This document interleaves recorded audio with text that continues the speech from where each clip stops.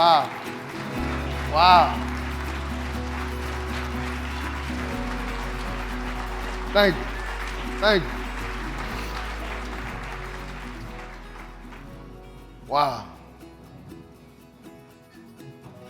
First and foremost, I want to say thank you. Because when I was 13, I could have never pictured this. I could have never pictured this. I could have never pictured being able to stand on a stage in front of a sea of success and people give me a standing ovation.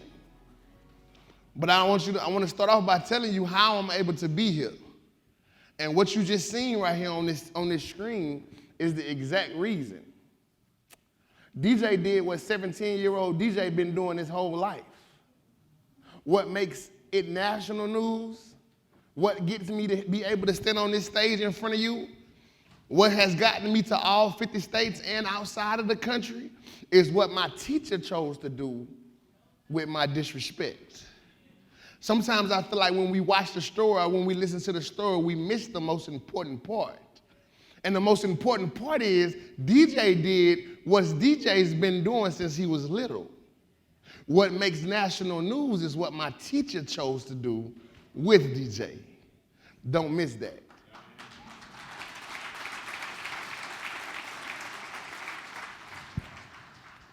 And before I get started, I want to start off with a story. And the story goes like this. You might have heard it. It's an old story, but when I heard it, it resonated with me, and I told myself I'm going to share it for those who haven't heard it. There were 6 frogs playing in the woods. They were playing little frog games like hopscotch, leapfrog. 2 frogs fell in a hole. The other 4 frogs gathered around the top, and they began to look down in the hole and scream negative things like, "You won't be able to get out this hole. You won't be able to get out this hole. No matter what you do, no matter how hard you jump, there is no way you will be able to get out this hole." The 2 frogs that was in the hole began to get confused. The harder they tried to get out the hole, the farther they sunk into the hole. The 4 at the top continued to scream negative things about giving up and how there is no way you will make it out this hole. One frog took heed to what the 4 at the top was saying, and within a day, he died. The other frog kept jumping. He finally was able to get out that hole, and when he got out the hole, he was so excited. He ran around the hole, jumped around the hole, went over there and gave him a hug. Now they confused. They asked him, "Did you not just hear us telling you wasn't going to make it out the hole? Did you not just hear us telling you to give up?" The frog still never responded. He just hopped into the woods, and it was at that moment they realized the frog was deaf. And he thought they were encouraging him the whole time. This is why that story meant so much to me when I heard it. You are what you believe. See, while that frog was looking at the top of that hole, this is what he thought they were saying. Jump! Jump! Keep jumping. Make sure you keep jumping, because only those who keep jumping make it out that hole. Remember, it was 2 frogs in there. One decided to give up. One decided to keep jumping. My message to you, in life, you will fall into holes. It's inevitable. But just remember, only those who keep jumping make it out.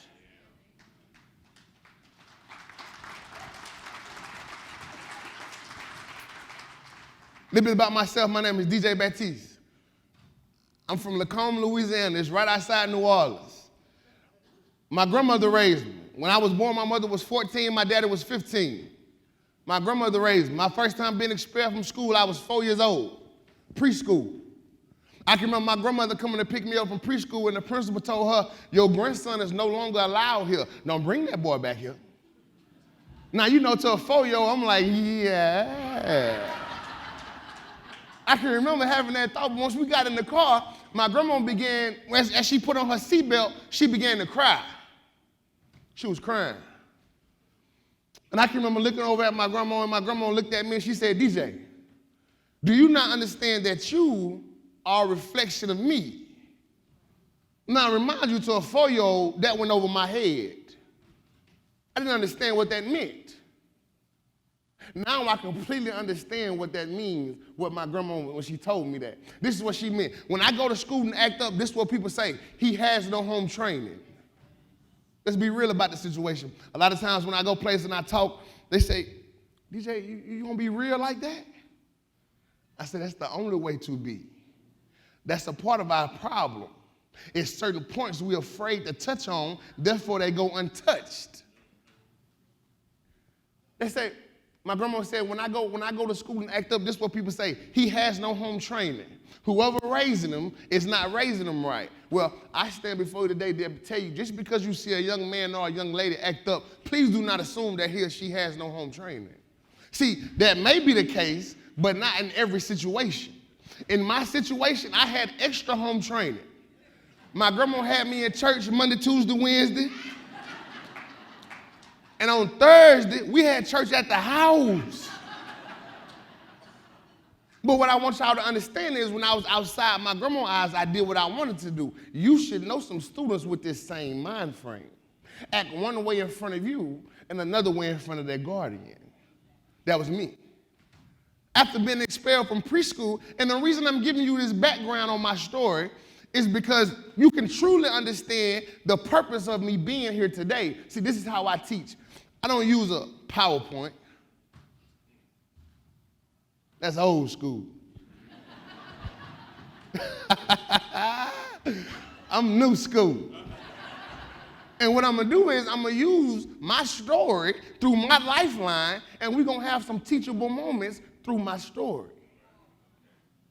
After being expelled from preschool, this is what my kindergarten days look like.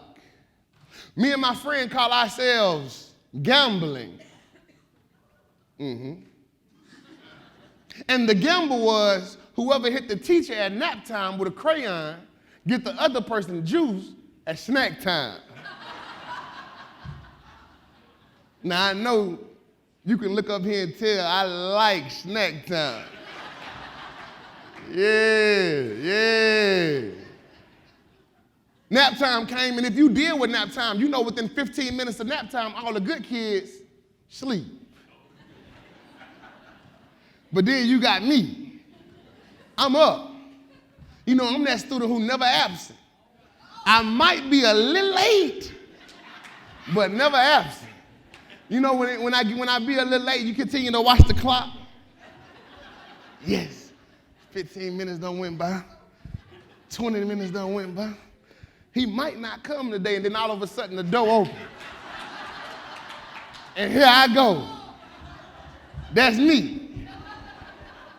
We went and got our mats. We laid our mats down, and the teacher turned off her light. She went to her desk, and we put our mats right next to each other. I told him, you go first. He looked at me. He said, all right. He leaned up. He took his crayon. He threw it. It was off. It hit the wall. She didn't even hear it. He looked at me and said, your turn. I'm like, all right. I'm 5 years old. I remember very clearly. I took my crayon out. I threw it. It went right past her face and hit the blinds. Now, I don't know if you ever heard a crayon hitting the blinds, but a crayon hitting the blind sounds just like a crayon hitting the blind. She knew exactly where it came from. She popped up, I popped down.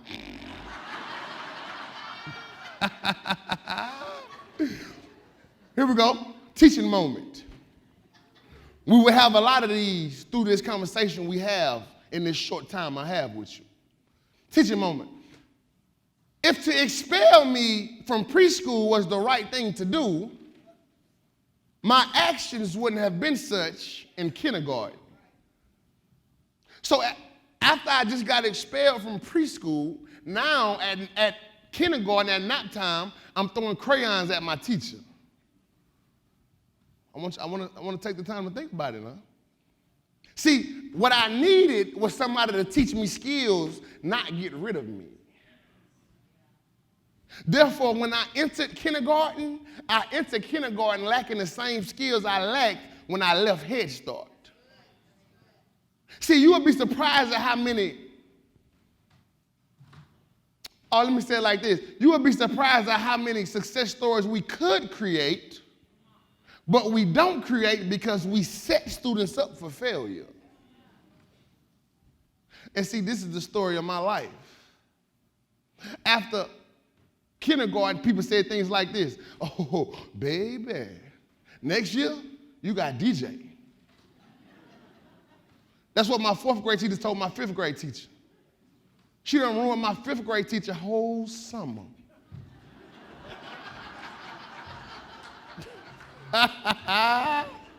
Because all my 5th grade teacher can do is think about how she gonna make DJ come in, sit down, and shut up.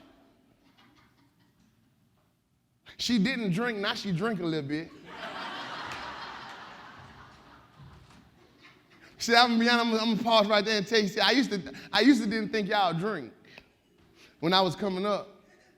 And then me and Miss P had a conversation one time. I said, Miss P, I can't believe educators drink wine. She said, that's because we got DJs to deal with. And she said, if we don't drink wine, we couldn't be a teacher. But pause, and I want to tell you that after that happened, my 4th grade teacher told my 5th grade teacher, you got DJ.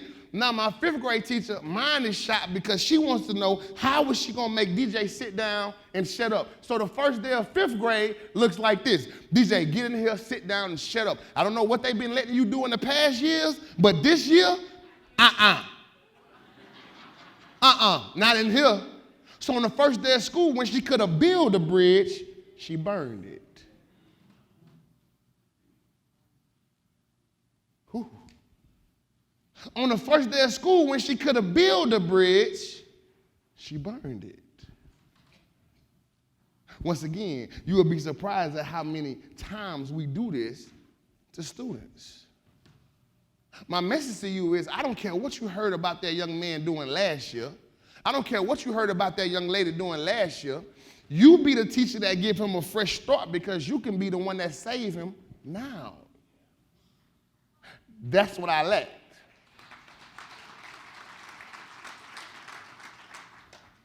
At a very young age, I continued to be involved in gang violence. I was kicked out of school for gang violence, had to go to a new school. When I got to my new school, they hadn't had a fight in a whole year. I changed all that. But see, I want people to look and say, why was he doing what he was doing? See, that's what we have to begin to get to the root of. Earlier, I heard her say, when we was talking about the young lady, she said, what is she trying to tell us? And this is what it was. School was intimidating to me. Catch this. School was intimidating to me. Let the world tell it A's and B's determine intelligence. That's not true. A's and B's does not determine how smart you are. As a matter of fact, I'm going to give you some words right now that I want you to borrow. And the words are, I don't want to know if you're smart, I want to know how you're smart. Because throughout my whole academic career, nobody had ever told me, DJ, you smart. Nobody had ever told me, DJ, you smart. So I want you to use those words right now from this day forward that I don't want to know if you're smart, I want to know how you're smart. Because check this, think of your biggest fear right now, whatever it may be. Whatever your biggest fear is, think of it. Now imagine having to go deal with that biggest fear 5 days out the week, 8 hours a day. To think if you had to sit in a box of spiders for 8 hours, that feeling you just got, that young man gets that same feeling every time he pulls up to the building we call school. To think if you had to sit in a tub of snakes for 8 hours, 5 days a week, that young lady gets that same feeling every time she looks up and she's at the building called school.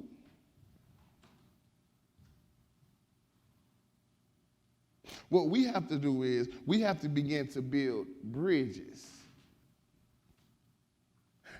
to cover that gap that no teacher ever tried to cover for me. It was always, DJ, do your work. DJ, do your work. Nobody ever wanted to know what's going on. That's why I heard the words conscious discipline earlier, and I want you to know that's one of many things that teaches us how to understand the brain. For those who don't know, Miss P was equipped with conscious discipline. I didn't know that. I didn't know that. When I first met Miss P, I'm going to share it a little later, I thought she was crazy. And I want you to know, through conscious discipline or through whatever methods you may use dealing with a student like myself, you should handle me in a different way that I'm not going to be used to at first.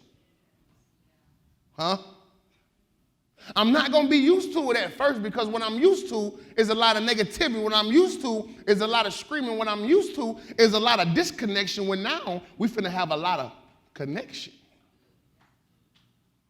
So when I first met Miss P, it threw me off a little bit. When I was after you think of your biggest fear, every single morning, that young lady, when she wakes up, that feeling crosses her body. Can you imagine having to go to a place where you don't feel successful every morning, 8 hours a day, 5 days a week? Dr. Bailey teaches us that our frontal lobe isn't fully developed until 25 in a male, 23 in a female. So if you ever let a 5-year-old, a 10-year-old, a 15-year-old control how you feel as the grown person, then you've been beaten by half a brain.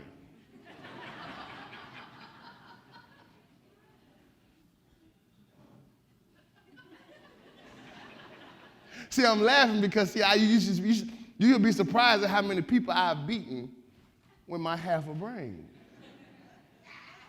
That's just one of the things that of many Dr. Bailey teaches us. That's with conscious discipline. Another book I do a lot of studying out of that I want you to write down, I want you to get a chance to get into if you haven't, is Dr. Ruby Payne, Understanding Poverty. Understanding Poverty. Within that book, they have a checklist. Within that book, they have a checklist, and within the checklist is things that you do during poverty and things that you do during upper class. And I ain't gonna give it away, but I want you to go research that.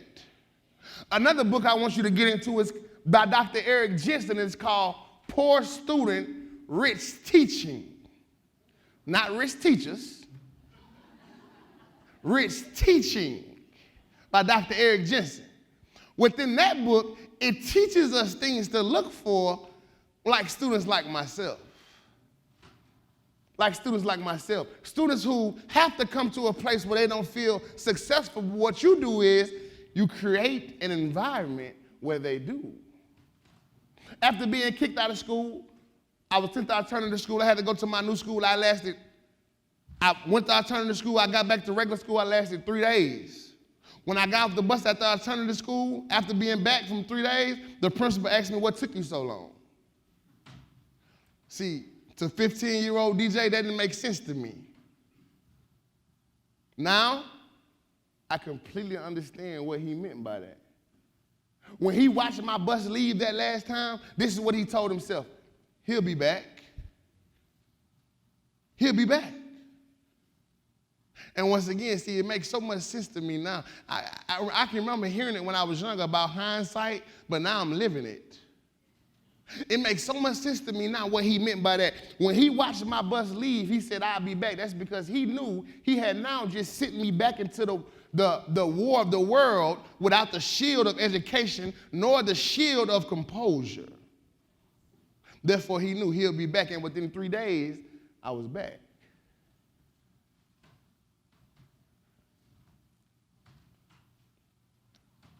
The most important part of my story,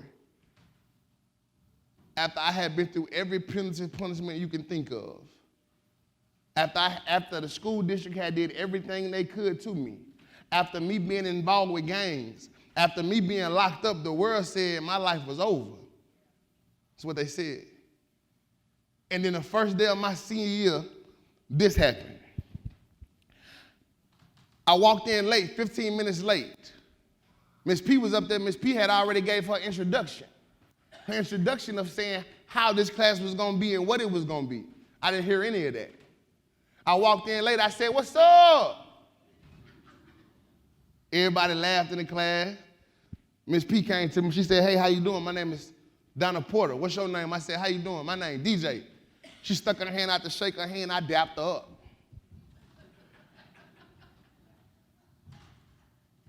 She said, I noticed you was about 15 minutes late. It's probably because you couldn't find my room. Better late than never. I said, what is this? She said, this is oral communication. Have a seat. I said, what's your name? She said, my name is Porter. I said, I'm going to call you Miss P. She said, okay, if you want to call me Miss P, feel free. Call me Miss P. I said, you got kids? She said, yeah, I got 2 sons.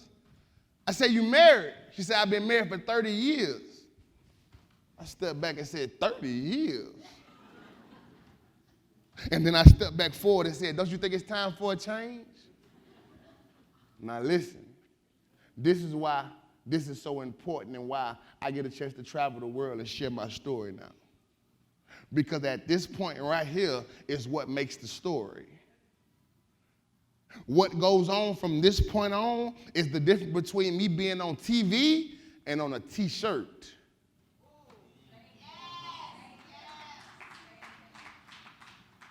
That's what I want you to understand that. What's finna happen right here is the difference between me being on TV and a t-shirt. Because this is how it could have went. How dare you come in here on the first day of school and talk to me like that? This is my class, not yours. Get out of here. First day of school, I am now expelled for sexual harassment or for disrespect. I go home, I have a pocket full of drugs. Somebody want to take something from me, or I want to take something from somebody. Either I get killed or I kill someone, so now I'm dead or in jail for a very long time when I was supposed to be in your class.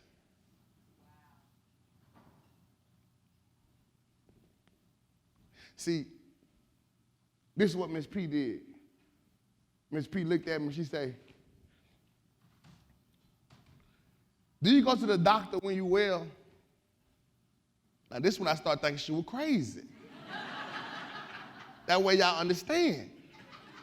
Something ain't right. Miss P asked me, do you go to the doctor when you well? I looked at her.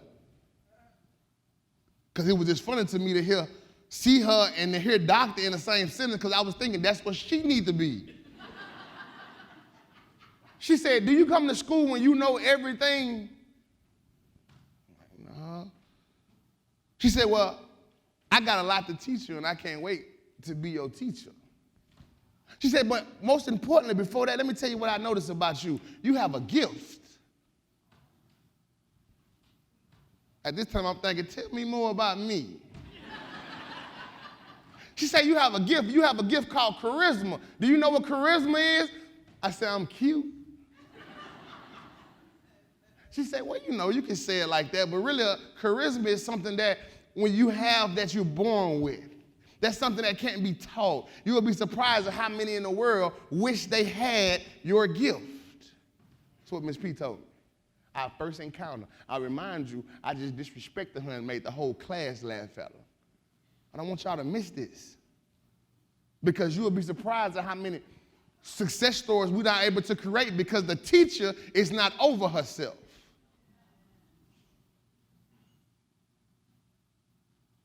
Because a teacher who's not over herself, conversation sounds like this. Oh, you're not going to come into my class and talk to me like that. See, you just made this whole situation about you when in reality it had zero to do with you and everything to do with this young man.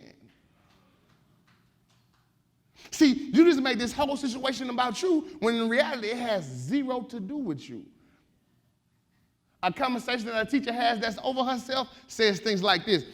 What skills is this young man missing? How can I be the one to teach him these missing skills? Make sure you use that. I want to ask you something. Ask yourself, could I handle 25 kids laughing at me? And be real. Don't tell a DJ. Don't tell your neighbor next to you. Be honest with yourself right now. Can I handle 25 kids laughing at me?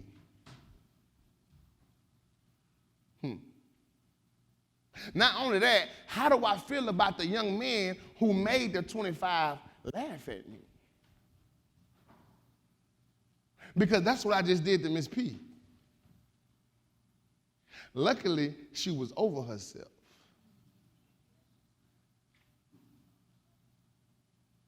I don't want y'all to miss that power of getting over yourself. Because a lot of times we take things personal. But see, I never understood how could you take it personal when I've been doing it since I was 5 years old. I didn't even know you when I was 5. So how could you take this encounter personal? That's not being over yourself. When you see an encounter like that, when you hear an encounter like that, the most important thing you can do is take a back seat and say, I'm the grown person. What skills are this young man missing? How can I teach him these missing skills?